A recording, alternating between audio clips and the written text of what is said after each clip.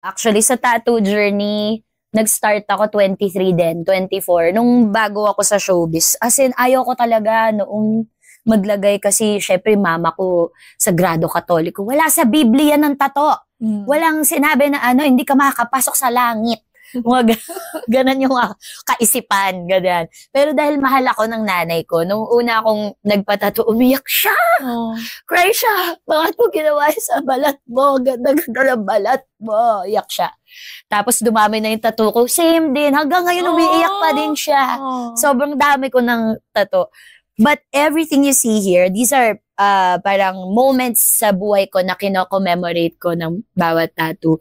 Like when my son was born, or when I got a new project, Here Comes the Bride, nung lumabas yung movie na yun, when I received my first acting award, and not just happy moments, but also loss, grief, lahat yan nakamark